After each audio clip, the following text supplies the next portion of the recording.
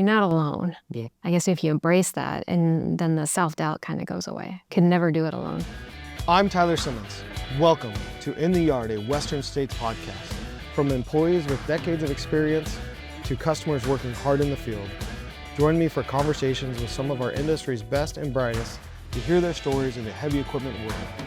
Episodes will drop bi-weekly, so see you in the yard. Kelly, thank you for joining us today. Greatly appreciated. Glad you're here. For everybody out there, can you just give a quick introduction and your role here at Western States? Absolutely. Thanks for having me. I'm Kelly Olson. I'm the president of Western States Equipment. I've been with the company for, it's been about 20 and a half years now. So 6 years in this role as president, but had various roles throughout my career at Western States. 20 years. Doing a lot of exciting things, yeah. That's awesome. So that was 2006-ish timeline. Yep. 2005, 2006, somewhere in there. Yeah. That's awesome. Congratulations. Thank you. Cool. Nice. So obviously your career didn't start here at Western States, which is totally cool. So what was your first job? Where did you start? Where did this whole journey start at for you to get to where you are today? Oh, geez, if you rewound to 25 years. So I grew up in Montana, went to school in high school, grew up in Great Falls, Montana. Moved to Bozeman to go to college, Montana State, Bobcats. Are you proud of that by chance? Bobcat. All right. Good. And I graduated with my degree in accounting. Actually, I've always knew that I wanted to be an accountant since I was a sophomore in high school to the time I graduated. Got my degree in accounting, and my first job opportunity, I had 3 job offers outside of college, and 2 of them were to move to California. Okay. And one of them was to move to Boise, Idaho. California was kind of out of the picture. It was just out of my comfort zone. Growing up in Montana, California seemed too big city for me. So I chose Boise, Idaho, and that was working at Albertsons headquarters. So working their corporate accounting department for about almost 4.5, 5 years. Okay. Learned all kinds of things about a public firm, SEC filings. Sarbanes-Oxley was just coming out. We did, Albertsons just acquired American Stores at the time, so I got to work on some merger stuff just out of college, which I thought was really cool. So learned a lot about accounting, learned a lot about how business operates, teamwork, all the things. And then, so I worked there for about 4.5 years, and then that was my first job outside of college. And I'm really grateful for all the friendships, all of the connections, and all of the people that I met at Albertsons. And then about 5 years into that job, I got an opportunity to consider a job at Western States. So I knew someone that worked here. They had a role called finance manager. So I did some research on the company. I interviewed for the position, got to meet some of the executive team when I was interviewing, and just like, what the heck? Finance manager, it seems kind of up my alley. I really had no idea what I was getting myself into, quite honestly. But I love the idea of working for Western States, a family-owned company, private company, a little bit smaller in the magnitude. So you know how many employees we had? Maybe probably closer to 500, 480 or something like that. I was going to say 300 and something sounds about right, because our timelines are pretty similar for 20 years. Like you're 2 years ahead of me, and I think if I remember right, it was like almost 400 or 450 when I started. What are we today? Like 13 almost? 300? We crested 1,200 a couple months ago. Oh, yeah. So that's a big growth change. Very That's growth. crazy. Yeah. So you started here in the accounting department, or the finance department. Yeah. Right? And kind of first jump in here at Western States. Yeah. And it was helping all the sales team finance machines for our customers. And I had no idea what that entailed. You know, I came from an accounting background, so mostly like cubicle work and working on conference calls and meeting rooms and stuff like that. And then, so my first experience working with the sales team was absolutely phenomenal. I knew, like, the first few weeks, I was like, this is what I was born to do. Like, getting outside my comfort zone, solving problems for customers. Every machine, like just about every machine that we sold, and still today, obviously, cost more than their payments on those machines were more than my rent payment at the time when I bought my first house. Most, like, I don't know, 80% of everything that we sold cost more than my first home did. So it was always intriguing to me that we helped customers secure financing for stuff that is that big and for that magnitude of for their business, right? So I thought that was kind of cool. And then just always knowing that there's always a solution to a problem, basically. If you think, I know you worked with me a long time, so Yep. And then that is just one of the threads that you'll know about me, is that there's always a solution. It may not be apparent right now. You may have to work through different ways to get there. It may take some time, but there's always a solution. And that was one of the first roles that I had that kind of solidified that for me. Is the work still has to get done. So there's always a way to do it. So That's pretty cool. So why did you know you wanted to be an accountant in high school? Like, what was the connection in your brain to that piece of it, and what intrigued you so much about that? yeah, well, so I in high school I took an accounting class. Okay. It was it was a class that was offered like once. Like nobody was interested. Just you. You were the one signing me up. Yeah, and it just intrigued me. Like, and so and I had this great teacher. Her name was Mrs. Beck, and I just loved interacting with her. I loved that she always presented it in a manner that it didn't come easy to me. I don't think accounting is necessarily easy. As you get the concepts and debits and credits and everything balances, and there's always the solution to whatever the problem is. But she always presented it in a manner that it's the language of business. Like all the transactions that run through this organization, any organization for that matter, right? You're invoicing, you're processing transactions, checking in inventory, whatever the case is. The accounting of it is netting all of that up to kind of put together the narrative of what's happening. It's like the foreign language of business, maybe, if you will. And once you know how to interpret it, you know how well the business is doing or not doing. So it just intrigued me, and I loved I know it sounds crazy, but like doing taxes and things like that. I just enjoyed it. I don't necessarily anymore. I found other passions now, but yeah, it was just a teacher that kind of influenced me, and then I went from there. That's kind of cool. What's interesting, and you kind of mentioned it there, this common thread of always finding a solution. Like in accounting, there's always a solution. You might not like the result, Exactly. but there's a solution, right? It's there, it's black and white. You know what you need to do. You might have to work through it 5 or 6 times, and maybe do your math 12 times because you don't trust yourself. Yeah. But there's a solution every single time. And I think that's the one thing that I've appreciated working with you, is like you've taken that same mindset and skill set from accounting and applied it to the business and people and everything else that goes on here, right? So that's really cool to see that piece applied from early days to today for you, that we're going to find a solution no matter what, because that's the only option we have. We might not like it, Yeah. but that's the result. That's okay. There. Yeah, we don't have to like everything. We just gotta power through and get it done. Yeah. You see what comes out the other side, right? So similar story.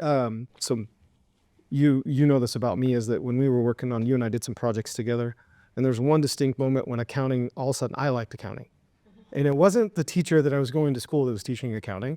I remember sitting down with you specifically, and you mapping it out and showing me and connecting all the dots to our business and accounting. So it was kind of interesting to hear you say that you enjoyed accounting because of the teacher. I can say that understanding our business transactions, what we do, you had a huge influence on me from that standpoint as well. Like I had no desire for accounting and stuff like that, but I remember you and I sitting down and T-sheeting stuff out, which just connected the dots. So I can very much understand your perspective that the teacher made that huge difference, and teaches the language of the business and how that all sums up, and the results are the results, and people, drive those actions, and you can influence those actions through the people, but the result is the result, right? So that's pretty cool to hear that kind of commonality there on both of our history, just different timelines and different paths, how that happened, but that's pretty cool. Oh, that's cool. Nice. Thank you. So let's talk about the financial crisis a little bit, right? Because there's a lot of history there of kind of what happened in our business and our organization, right? And especially in the finance world. So let's talk about that for a minute. What was one of the most interesting experiences you had through that and working through that process? Yeah, that was that was 08, like 07, 08. And it was one of those moments in, like, I think in anybody's career, that when you're working through stuff like that to that magnitude, and we've had a couple of them if you think about the financial crisis and then COVID, but as we worked through that, I remember I was sitting in a meeting, we were rolling out some new system, and I don't even remember what the system, maybe Coda or something way back when. And we had an email from our finance partners. I was, at the time, I had just accepted a position to take over to manage our credit team. And I didn't think that I would want to ever manage credit. Honestly, it didn't seem like something that I'd be too interested in, but I was tapped on the shoulder and just said, hey, would you consider this? And kind of another theme is why not? Like, what's the best that could happen, I guess, is the mindset, right? Oh yeah. So I elected to do that probably I think it was in '07, I was offered that position. And then it was just 3 or 4 months later, the financial crisis happened. So it was 3 or 4 months just getting my feet underneath me in this brand new manager role, managing credit, receivables, finance, all the things. And I got this email from one of our finance partners. It was G Capital at the time. And that the credit markets froze. They weren't lending any money. No money was flowing anywhere. And I sat back and I remember like in the middle of a meeting, and I remember I swore out loud, and then everything kind of stopped at that moment. So, we kind of collected ourselves and, okay, what are we going to do? Here we go. Let's roll up our sleeves and figure out what we're going to do. So, and we did. Every situation was a little bit different, but we took the mindset. Yes, we always have to make sure we protect Western States, every business, making sure that we're bulletproof and set up for the long-term sustainable growth of Western States. But in that moment, it was more of making sure that our customers could get to the other end of it. We knew that we could weather the storm at Western States. We knew it. That's how we manage the company, et cetera. But how are we going to help our customers? And so and every situation was a little bit different. But with that mindset and helping the organization see that, hey, everyone's going to get through this. We're going to help our customers through it. And coming up with whatever that needs to be, whatever that needed to look like. Some of it just needed time, some of it needed payment arrangements, whatever the case was. But it was, you have that initial like, oh my gosh, kind of freak out moment, and like in panic of what's going to happen. Very similar to the COVID situation, like, wow, we've never encountered this. What are we going to do? And just sitting back and thinking through it calmly, and it's like, well, this is what we're going to do, and making a plan, and then working through the plan, and then we got through it. Yeah, and I think one of the cool things is during that time period, right? I think we did a good job as an organization balancing our business needs with the customer's business needs to help a lot of people be successful through that time, right? And so back to our vision statement, our purpose statement, building our communities for a better tomorrow, is on the wall in the office here, right? And you take it back to even that timeline. Then our customers use our machines to build the world we live in, right? So finding the balance to where we can make that all work for them and us, so they can go do the work and get paid, and then manage it with us back and forth in payment terms and stuff like that. That's a pretty phenomenal story that I think is kind of, it's 2006, 2008, 2009. That's a long time ago now. It was, yeah. It's a really long time ago, right? Yeah. And that's like when I cut my teeth into the business too, and started to work through that piece of it. And there's been a lot of change in business environment, heavy equipment environment since then. It's kind of crazy to think about. Oh yeah. Yeah. Absolutely. Yeah. So you even think about like, okay, so you were in the credit department doing your thing there, kind of leading that charge. What was after that? What was your next step? So then the company decided that we were going to get off of DBS, our dealer business system, our ERP, that runs all the backbone of the entire company, right? Then when the president at the time selected the product we were on, the next step was coming down to my office. I sat downstairs and asking me if I wanted to lead the project. And again, one of those opportunities where it was like, okay, I have no IT background, just like I had no credit background, and no project management experience, quite honestly. So, I was just thinking, like, why? Why would that? Yeah. That doesn't seem like a fit. How does this line, right? How does this line up? Yeah. So, but I think, and it kind of going back to one of the other threads is, why not? Like, what's the best that could happen? And a lot of great things happened because of that. But for the company, I thought it was very important that, and I was pretty vocal about it at the time, is that we use that opportunity not just for switching out our business IT systems and making it an IT project, but we made it a business project.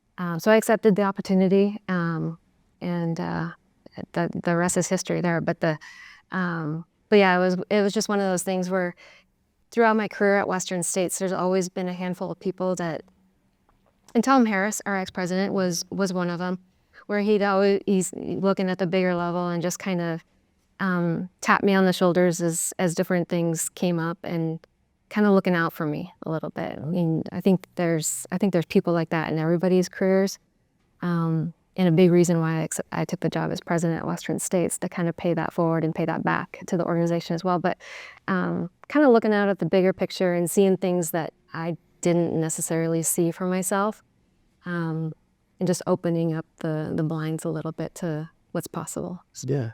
And when we approached the project the way that we did, there's some commonality. You and I both were on that project together. Yep. And you take it from a business project rather than an ERP project, you all of a sudden get like this master's degree in the way our dealer works, top to bottom. Yeah, absolutely. And so like really solidified every part of our business operationally, what happens within those, how it's tracked within the ERP, and then the outcome of it on the other side of it, right? Which is crazy. So no, it is a massive undertaking, and change management of a project like that is huge.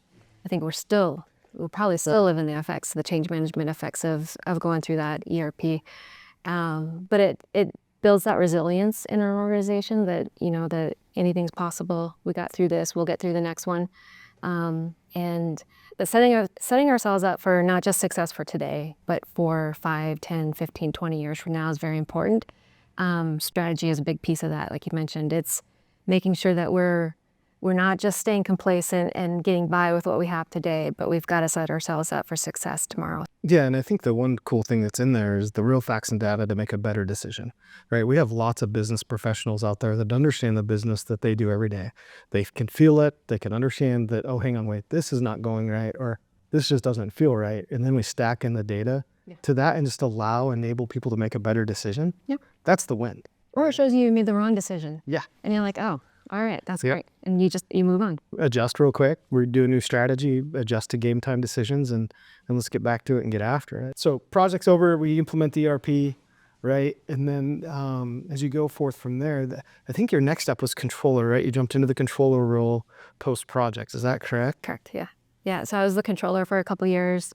Got to work on just kind of the lingering effects of implementing a new ERP system, which a lot of businesses have. There's always things that pop up. You got to anticipate and anticipate the unanticipated, I guess, if you will. So I did that for a couple of years, and then I was the vice president of finance for a couple of years, and and then about 6 years ago, the opportunity to interview for the president role came up.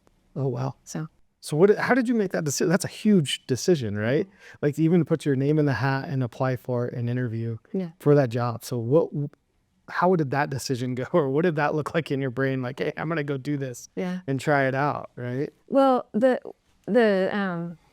kind of a long story, but I'll give you the shorter version of it. So again, it's someone just kind of looking out, like, okay, from a broad perspective of Western states. When Tom Harris decided he was going to retire, nobody knew he was going to retire at that time. He hadn't announced it yet. He'd been thinking about it for a while, I'm sure. I mean, he didn't talk about it out loud with anybody, but who has the skill set, or if someone's going to execute on the vision that Tom started out with at Western States, who's going to take that to the next level? So there was a few of us. It was all internal, and I remember when Tom came and asked me to consider it, I was like, yeah, that's funny, Tom. That's funny. I think I laughed probably just like that.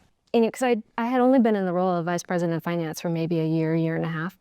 And that's where I figured I'd hopefully could end my career and work 25 more years and as VP of finance at Western States, similar to Jim King, right? Yep. A life of finance. And because that was my background and on and on.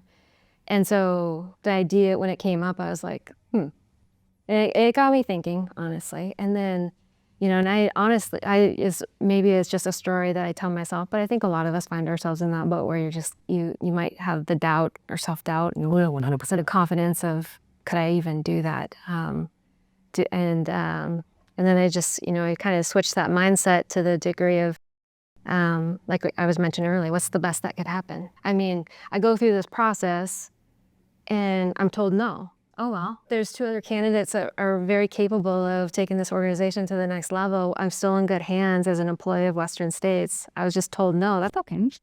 That's okay. I'll be fine and move forward. And but in the same time, I got interview experience because at that time it was probably almost 15 years at Western States. When you work at a company so long, you don't get a lot of good interview experience, right? And so it was great interview experience to go through the process, kind of sell myself with our board of directors too, which at the time was very intimidating to me. And so it gave me good experience to kind of take my confidence level to the next level, if you will. And so I just, sure, what the heck, let's do this. So That's awesome. So and I stressed about it. I stressed about the interview. I stressed about what my plan would be. If I was getting this job, why would I want the job? And I think that's important for anybody to answer, any job you take, right? Why do you want the job? Yep. Making sure that you're centered on your why all the time, I think, is important. Yeah. And so I got really clear on that. And I wrote, because I like a plan. Really? Never would have guessed that. So I wrote out my 30, 60, 90, 1 year, 3 year, 5 year, 10-year plan of what I wanted to accomplish based on that why. And honestly, it was centered around taking care of our employees, kind of paying forward all the opportunities I was given at Western States, taking our culture to the next level, and continuing our strategy work at Western States, and then really honing in on technology with our customers and internally. And so those were kind of the three things, and the three things that I knew that I could help with if given the opportunity. So that was my plan. I had the plan, presented it, and then, I remember I went through the board meeting, and it happened to be I had to go through 2 interviews with the board because the whole board couldn't show up, be there this day that we interviewed. So I had to do it twice. There you go. Did they give the same questions that way? No. It was completely two completely different interviews. Yeah. Oh, 2 different interviews, 2 different locations. But it was great. Again, great experience, even if I wasn't going to get the job. So, and then that night, so that last interview, and I was remodeling my house. I was doing the remodel myself, me and my parents. And I remember we were demoing one of the bedrooms upstairs, and so I was just Leave me alone. I'm going to rip this carpet dust out. everywhere, carpet ripping out. Yeah. And Tom Turtling called me and said, "Hey Kelly, I got some good news and I got some bad news." And he's like, "The good news is," or no, I think he gave me the bad news first, actually. He's like, "I need you in my office at the Turtling office at 8 a.m. tomorrow. Good news is I'm offering you the job as president of Western States." And then I was just like, oh, Okay. wow. I did not, So we're doing this. yeah. That's Doing it, yeah. That's awesome. That's pretty cool. And it's cool to hear the journey, you putting forth the energy and effort, pushing yourself outside of the comfort zone multiple times as you're working through that. And then this why not? Why can't I do that? Why can't we do those things, and constantly solving everything, solving every problem and just getting after it. Yeah. I think a key part of it is that you're not doing it alone, right? Yep. You build your team, you do, with the success of our customers and the knowledge of our customers, we learn from our business partners, we learn from our competition, we learn from each other. Yeah. But building a great team to help you execute on the vision is key too. So you're not alone. Yeah. I guess if you embrace that, and then the self-doubt kind of goes away. Can never do it alone. So we've been on quite a safety journey for several years. So let's talk through that safety journey, where we've been, what we're focused on now, and kind of what the future could look like for safety in that thought process. Yeah. So I guess if you look at our journey on safety, it starts with the physical, the human safety and the dynamics that we work in. We've had, even 7+ years ago and before, we have worked really, really hard to ingrain a culture of that it kind of erasing what we told ourselves was acceptable, because it's a tough industry, it's a dirty industry, it's a macho industry, if you will. You know what I mean? We've had to go down this journey of just saying, no, it's okay. And it started with just wearing eye protections, right? Yep. 8 years ago, it was not common that people wore eye protection throughout warehouses, shops, yards, etc. So just getting the kind of the basics and the blocking and tackling done. But then, and a large portion of it, that the journey that we've been down, and it's been one of the hardest journeys I think Western States, myself, everybody included, has ever encountered, and it will continue to be one of the hardest, was because it was the way that we struggled was because it was all rules-based and policy-based and do this or else type of based. The minute we started connecting it to the human factor and why we work safe, why it's important to work safe as far as, hey, I love coming to work every single day, but I love even more being able to spend time on the weekend with my family, being able to hear and see and get to my son's baseball games. At the time, it was my daughter's basketball games. All the hobbies that we love to do. That's what I love even more, and I'm not unique to that, right? That every one of our employees has passions outside of work that are important to them, and our family is ranks up there as number one, right? So the minute we started connecting, hey, we work safe because it's important to our families. It's important that for what we do and what we love to do, it kind of switched. I don't know if anybody, and in my mind, that's where I saw the big switch at Western States. And then we really started focusing on successes and highlighting successes versus just where we have failures. And we have had failures. We will have failures going forward. But highlighting what we do really, really well, and there's a lot of it, it just creates this momentum of wanting to do more of that and have more successes. And well, if this store is doing it, then it's probably okay for us to do it. Yeah. And it just created this positive energy where safety is acceptable. And working safe is, it's okay. We used to, 10 years ago, it was shameful. Like we would make people wear a pink hat. Yes, I used to have one. Yeah. Oh yeah. When I started as a tech, I had a pink hat multiple times, right? And it just wasn't normal. Yeah. And to me, I think that was kind of the old way, and the new way is more of just, connecting it to our personal lives. I remember it was like 6 years ago when I sent out an email. We had a rash of incidents happen like over the course of 2 weeks, and I don't even remember the details of the injuries. One of them was fairly significant. And I just remember it was like a Saturday morning, and I was like, okay, we got to stop. We have to figure out how we're going to change the course of action here, because someone's going to get very seriously injured if we don't just stop.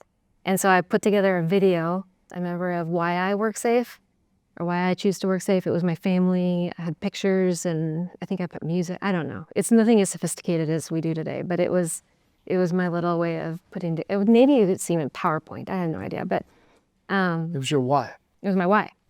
And I sent it out, and I just had a call to action to the company. I think we were about 800 employees at the time. And I just asked for, if you're comfortable, share your why with me, and make a video, send me your paragraph, send me a picture, whatever the case is. Share your why, put it on your toolbox, put it up on your desk, put it somewhere where it reminds you of why you work safe. And then I shared mine with everybody, and I had that call to action, and I still have them all today. That's awesome. I saved every single one of them. I got about like 420, about 50% of our employees shared their why back and responded. So I think at that point in time, I knew that Western States, we were going to get something turned around. That's a huge shift. Yeah. That's crazy. But it's Cool. And I think it's like Western States truly does care about the safety of our employees.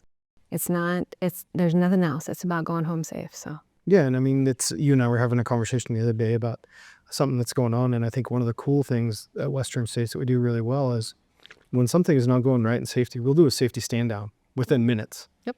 And everybody will stop and have a conversation across the whole organization, right? And to work forth from there. So we, back to moving fast and doing what we need to do to keep our people safe. We've even applied that to our safety part of our business and just how we communicate information across the organization, which is absolutely amazing. Yep. So that's pretty cool. So cyber safety is also part of that, right? And I think it's maybe the later journey of our safety journeys. We're really jumping into the cyber safety side of that world and connected to all of our safety journey anyways. There's a correlation, correct? Yep. Between that? Absolutely. So that our cyber safety journey is on a very similar parallel as our physical safety. And the fact that we have done everything to engineer out all of the hazards as far as cyber safety with firewalls, and I don't know all the IT terms, but we have 2 full-time people this is their jobs. All the software, all the things that we do to protect ourselves from a cyber safety perspective, it still comes down to individual choice. So you get an email or whatever the case is, we still have to awareness and the education piece of how we work safe, what we do and what we don't do, and why. basically. So it's almost the same exact journey as far as creating a culture where protecting our data, because we have a lot of customer data, a lot of employee data, a lot of things that we do that we just want to make sure that we don't put ourselves in a position where these cyber attackers can get information that they shouldn't have. So yeah, very, very similar. And very important, quite honestly. Yeah, it is. It's important long term and in the future, right? And the correlation between safety and cyber safety and how those journeys align, I think, is a pretty cool thing that applies some lessons learned into where we're going for the future. Right. So on the people side too, this last year we did it was called Western Cares, right? We kicked that off. Courage to Care. Courage to Care. That's from Paul. Yeah. Yeah. Let's talk about that. So that was a phenomenal thing to see from adjacent to you. To see what's going on there with the Courage to Care session of that. So you guys toured the whole territory, right? Yeah. And met with pretty much every employee. Is that correct? Pretty much, yeah. So it was, this 2024, there's a lot of successful things that Western States we've accomplished a lot of great things. And our territory in particular, we've grown a lot. On the people side, though, it was one of those kind of wake up moments that as we recover from post-COVID and some of the different things and the impacts that COVID has had and will continue probably to have on the world, it was apparent to me that we needed to talk about things a little bit more openly. And mental health is a big deal. We need to talk about it more openly, and So as we talked about what do we want the message to be, I'm like, I felt personally that I wanted to be in front of employees.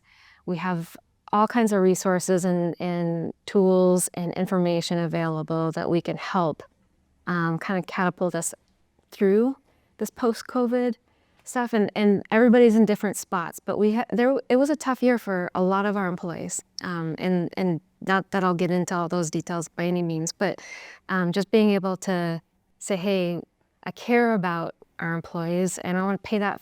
I want people to recognize that so that everybody starts talking about what it looks like and feels like to be cared about at Western States. So the overall message was taking care of ourselves, taking care of each other, taking care of our customers. I think, post-COVID, there's a lot of things to think about there, and then taking care of our community. So we called it Courage to Care, and it was an opportunity to get in front of everybody, to give everybody an update on how the company's doing. And then just, really talking about the resources that we have available. And so, we went to every single store, did multiple sessions, 43 sessions actually, and just went in about 2.5 months. We'll do it again this year. It'll be Courage to Care 2.0 book. And then just making sure that we open it up. But what was more important was getting employee feedback. So we've done surveys. We call them voice of the employee surveys.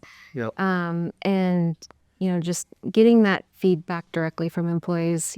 Staying after sessions. We'd be at the store for some of the stores we were there all day. Some of them we'd stay just for a couple hours and just be there available. And the stories, employees would come back and give us, okay, have you guys considered this? Or I just want to tell you the impact that Western States has had on my life. Or this is something that I think that could be a little bit better. Here's something to consider. And this is why type of conversations that we had. And we collected a lot of feedback. We had books. Danny Zimmerman, Dusty Swinney, Heather Black, Zach Penich. We all traveled together, and each one of them, I talked too much, so I didn't have the opportunity to write. But they would write notes, and they would write all the feedback down, and then we took that and we used it as input for our strategy session this year. And there's going to be some things announced here in the near future on how we're going to be making a few changes going forward to incorporate a lot of that feedback. So that's cool. So that was a good output of that. I think also another thing too that kind of came out of that too is we have like three new key areas of focus as our business already getting taken off and going, right? We've got Heather kind of focused on different things, Brittany focused on some stuff, and Danny focused on some customer stuff, right? So let's talk about that for a minute, because there's already some really cool actions that are coming out of that we've introduced some new roles at Western States and some new ideas just about our employees and our customers in Western States and our community. The the way that I think about things, and maybe it works, maybe it doesn't work. I don't. But we're gonna try, right? Yeah. So employee experience has always been important to me. Continue to be important to everybody. Making this a great place to work. So we have focused a lot on that. We have a full-time person now that is just focused on the employee experience and making sure that we bring awareness to all the great things that we have available at Western States. Customer experience, clearly, we're a business that serves customers. It is our number one priority in all cases, is making sure that we always connect the dots and building our communities for a better tomorrow, right? That's through our customers. And it's important that we have gratitude for their the work that we get to do for them, that we don't take it for granted. And I think post-COVID, when everything's done with social media and putting comments on things and e-commerce, and I know it's all important. I know it's all very important, and it's the way that our culture is driving socially and voice of society and whatnot. But it's also we are a relationship business. We're here to serve people, and so face-to-face business will never go away. And so just making sure that we're making eye contact and saying thank you. We all have jobs because customers still choose to do business with Western States, and so I think that that's important. So we got the customer experience part. We want to make sure that that's great and elevated, and we always raise our game and try to do a little bit better tomorrow than we did today. And then overarching all of that is trying to capture and encapsulate what we hear a lot at Western States, that you walk into Western States and it just feels different. You just feel it. And a large portion of that's our culture and our people, absolutely. But it's kind of four-dimensional, if you will, in my mind. It's even if it's like the music in our lobbies, or the experience when you walk into any facility and feeling that you're welcomed, the organization of our yards. So overall, just the Western States experience, which is now as part of Heather Black's role, and the recognition of how we give back to our communities in that respect. How do we want Western States to be known? What's our legacy? What do we want our legacy to be? And so that's the look and feel, I guess, if you will, of Western States, and how we present ourselves to the community, to our customers, and to our employees. And that includes our new stock room that we've launched, on just creating that desire to want to be part of Western States brand and what we stand for. Not just, we're a Caterpillar. We're very proud to be a Caterpillar distributor. Love it. No better business to be in if you're in the heavy equipment world, right? But Western States stands for something too. And so connecting the dots for our employees to be attracted to the Western States brand and what we stand for, what we've done for, the family's been here for over 100 years. We've been a Caterpillar dealer for, next year will be 70 years as a Caterpillar dealer. So we've got a huge history of always giving back to our communities and success. Yeah, and it's pretty cool to connect those dots, right? Like the correlation to our employee experience is a direct correlation of our customer experience, which is the direct correlation to how we serve our communities and help literally build our communities and help our customers win. Yeah. Right, and how that all kind of comes together. It's like this common thread. And it's a pretty neat perspective from your piece of it, and also very basic. Yeah. You outlined some very basic things there of making eye contact, saying thank you, welcoming people when they come into the store, making sure your desk is clean and organized, right? And all those are basic appearance things, because those all stack up to the larger experience, which then stacks up to the customer experience and the employee experience, and we move forward from there. Yep. So it's pretty cool to see how it's just very basic things that can be executed upon, that then also stacks up to the greater, larger strategy of the direction we're headed as an organization. Yep. That's cool. Yeah, absolutely. And it's cool to be a part of Western States, and I know it's not like 100% clear, and just for you to have the courage to dream something up like that and say, we're going to go do this, that's exciting, and that's cool to be a part of. So thank you for doing that. Yeah. And I don't think everybody recognizes it or sees that. And well, I think over time, I think it'll be one of those more common things, maybe, hopefully in the future, that all businesses do. Yes, hopefully. Yeah, because it takes a lot of time, right? It's a big ship now. There's lots of people, so it takes a lot of time for changes. When we make a change, how long does it get all the way across the whole org and move through that stuff? It's a big ship to steer, and sometimes we're at the front saying this is where we're going. It takes a long time to get to the back of the ship, so everybody understands this is where we're at. Absolutely. And so I think it's pretty cool overall on that front. So For Western States and the time that we've put into, culture is a big word. I mean, it's just a big word, and there's a lot of things that go into it. And are we perfect? No, we never will be. We try our damnedest, and we win most days. But then there's things that set us back, and that's okay. I think that's part of innovating too. Or failure, successes and failures. But I think you have to be very intentional about it. yeah, Culture doesn't just happen. You have to be intentional about the things and the pieces that you put in motion, and modeling the way a bit to make sure that you drive the culture that the output of the culture that you want. So no, it's a beast. You could probably talk for weeks on culture, but yeah. And there was a couple.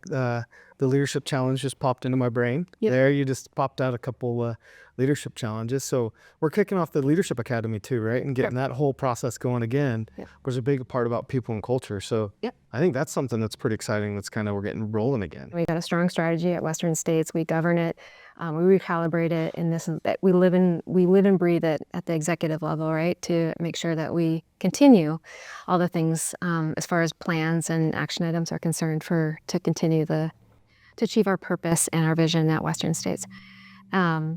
And that drives the culture, the people that we hire, et cetera, and all the tools that we put in place for our employees to use, whether or not that's this, ERP and Microsoft Dynamics or Microsoft D365 going forward.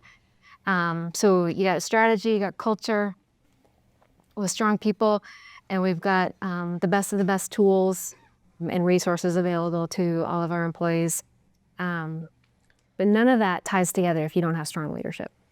So making sure that we're providing a platform for our employees to learn strategy or to learn leadership, to give them the skill sets of what does leadership look like at Western States, developing a common language of what leadership is at Western States, and then connecting that back to our strategy, connecting that back to our people, I think is very important. So yeah, we had Leadership Academy. I would think we had it 12. So we started at 12 years, 2008, I think it was. I went through the first. Yeah, it was something like that timeline. I was in the pilot, and then we got away from it because we were going through the ERP conversion. It was just that there was an organizational pull that we couldn't sustain. So we stopped it for a time period, and then recently this last year we brought it back. So new, refreshed, polished up based on the some of the newer things that our organization's going through, and then and getting that deployed. And it's on and meeting because we're bigger too, right? We're at over 1,200 employees. We have lots of different layers, so there's all kinds of different opportunities to learn leadership, whether or not you're brand new at supervising, you're a veteran manager that's done this for a long, long time. There's all kinds of different resources that we've got now. So, but it's key. Yeah. It's key, and we need no leadership. Like you lead people and you manage processes. I'm 100%. I firmly believe that. Like you do. Talking about managing people kind of just gets me kind of it's a little cringy. It's we lead people and manage processes. It's so truly understanding that, and how do you get better at managing the processes, delegating all the different things.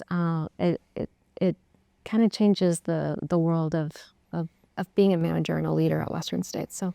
Yeah, and I think the cool thing too, and you mentioned, is that leadership is a skill that can be somewhat developed, right? You can apply yourself, learn that skill, and then apply those skills as we move forward. And leading people is one of the hardest things, but also most gratifying things as a leader of an organization. That's what's fun. And then managing those processes is a completely different conversation. So. I firmly believe that leadership can be learned. Because I've heard so many people tell me that you can't. Leadership is a born trait or something. No, it's not. I argue with that because, like, I was always the person that I was the quietest person. I never rocked the boat when I was in school. I always sat in the back of the class. I was like on the bench on my basketball team. I wasn't the captain of my basketball. You know what I mean? Like, Yep. So, and I wasn't the president of the National Honor Society. All the different things. I wasn't that person. And But as I got the opportunity to learn leadership at Western States, some of that has changed. Yeah. So And you've applied time and energy and effort into it, and you've got the outcome on the other side, just like any other skill or benefit. So that's a pretty cool perspective. So I'm excited for the leadership stuff to come back to Western States, especially as we grow opportunity. Yeah. They continue to grow and learn those skills, like you said, because it is something we can apply and choose to practice every day. Yep. Which is awesome. Okay, so technology, something I'm passionate about, you know that. So that's the third piece of it as president that you've been kind of focused on, right? So let's talk about technology a little bit, because there's two parts to that world, right? And that you and I have conversed on that front. So let's talk about Western States technology first, and what's kind of the journey there and cooking there. yeah, I'm a firm, that's one of my 3 goals as president of Western States, and I've always been passionate about leveraging technology to do our jobs better, easier, more effective. And all kinds, even if it was just me and as a finance manager, leveraging Excel and teaching myself pivot tables. I don't know, those probably still exist, I'm sure, but Oh, they do. I was using one today. I didn't even hardly get into Excel anymore. Hardly, I mean, I pull up AFR and stuff like that, but, and VLOOKUPs and all the different things, just leveraging different tools like that. So I've always been passionate that we can leverage technology to do our jobs easier, better, and more effectively to help serve whoever our customer is, if it's an internal customer or external customer. And truly understanding the tools that we're given, whether it's UKG, SABA, D365 here in the future, or Dynamics 2012, just really leveraging that. And if we've seen a lot of successes with that, or it's Power BI, or we hear Power BI is available. All right, let's go create an account and go figure out how to get some data in there and let's go build a report, Justin. So, just figuring stuff out as we go, but just knowing that it's not because it's cool and it's not because it's fancy and stuff, it's because it makes a difference. If it's real time, if it's relevant, it helps us streamline. I mean, we've done things over the years which just blow your mind on how inefficient we've been in the past on things that we can do better. There's a long way to go, and technologies continue to grow, but the mindset of adapting that to say, okay, if we can adopt technologies and be better ourselves, and we want to continue to invest to do that in the future, let's help our customers do the same. Like, how cool is it to see customers, and all the data that's on these machines these days, how cool is it for them to be able to see this data and meet our customers where they're at on their technology journey, to help them understand how they can be more profitable, more efficient, more relevant in their daily decisions that they're making, to help drive just a little bit, help them be a little bit better tomorrow than they were today. Because competition gets more fierce in in our industries, and we have to sharpen our pencils every single day. And we can be a big part of that. Heavy equipment is a huge, huge cost to our customers. It's one of the biggest outside of employees on their P&Ls. And so if we can help them drive out just an X amount of dollars, it doesn't even have to be double digits, right? Just X amount of dollars to get that much sharper on the next bid that they can submit to get that next job that they need to keep their employees going and keep the job queue going for them is key. Like, so if we can help do that, why wouldn't we? Yeah. And we have the capabilities with our partner with Caterpillar and some of our other partners with Trimble to be able to ensure that we can take that knowledge and just help connect the dots. It's not just steel and hydraulics and diesel, and there's so much more to this machine that can do so much for your business, and just helping connect the dots and building awareness on that and the visibility to drive that curiosity, I guess, if you will, all the way to, hey, you don't want an operator? We can do it. You can do it remotely with Cat Command, right? Or eventually some in our territory will have autonomous hauling or whatever the case is, and to drive safety at job sites. So it's a big passion. We want to see all our customers succeed, and I firmly believe technology is a huge piece of that. Yeah, it is. And technology plays such a role internally and externally to our business and our customers in helping them be successful. It's a big win. So this last year we had, and it's not related to technology, but in my brain they correlate quickly. We added a new core value last year to Western States, right? We added innovation, which was a pretty cool thing to do because we hadn't added a core value at Western States in a while. Yeah. So what was the thought process behind influencing or inspiring the new core value of innovation? Yeah, I think, as we went through, as we sit back and we look at our strategy, and there's like for the last few years, and honestly, my first reaction is, why do we wait so long? Honestly, like it's been part of our DNA for a while, I guess, if you will. We're usually on the leading edge, sometimes on the bleeding edge in some regards, which can be painful, but someone's got to do it. But trying new things, and it's not just technology, right? It's not about all the fancy AI and all the things. It's just about continuous improvement and innovating processes to, just to streamline a little bit. It could be big, small. It only impacts one person. It could impact the whole organization. I think that that's something that we do really well. And trying new things and not being like win fast, lose fast type of the mentality that we've always talked about. So yeah, when we looked at our values, I guess, when it popped up, it was like, wow, we should have done that a long time ago. It has been missing. And once we put it in there as a core value, it's like, that was needed. It was necessary because it is part of who we are. We want to continue to innovate. If we get complacent or don't have a mindset of adopting change and wanting to change, and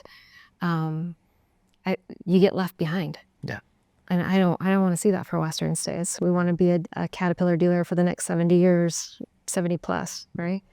We want our kids to work here. We want our grandkids to, all the things. So we want to be a business with a future, and in smart ways, like not just because it's cool and fancy or those types of things. You apply it in the right ways.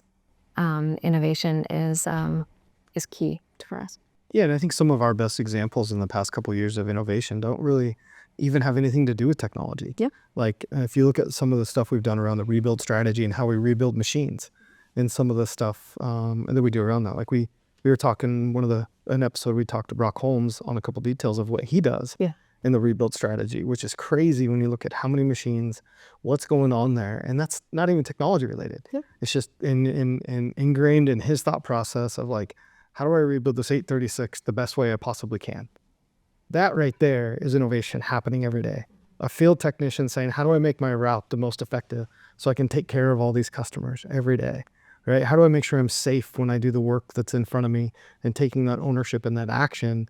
That's the innovation that really matters. And that's the innovation that cascades and has an instant result as it goes forth from there. And the idea of our people, it just comes so natural. Like you said, why didn't we do it earlier? It's just our DNA. It's just who we are as an organization. And our people practice that every day, small or big, on just having this constant desire to win and constant desire to improve and be better than we were yesterday. Yep. And it's phenomenal. Yeah.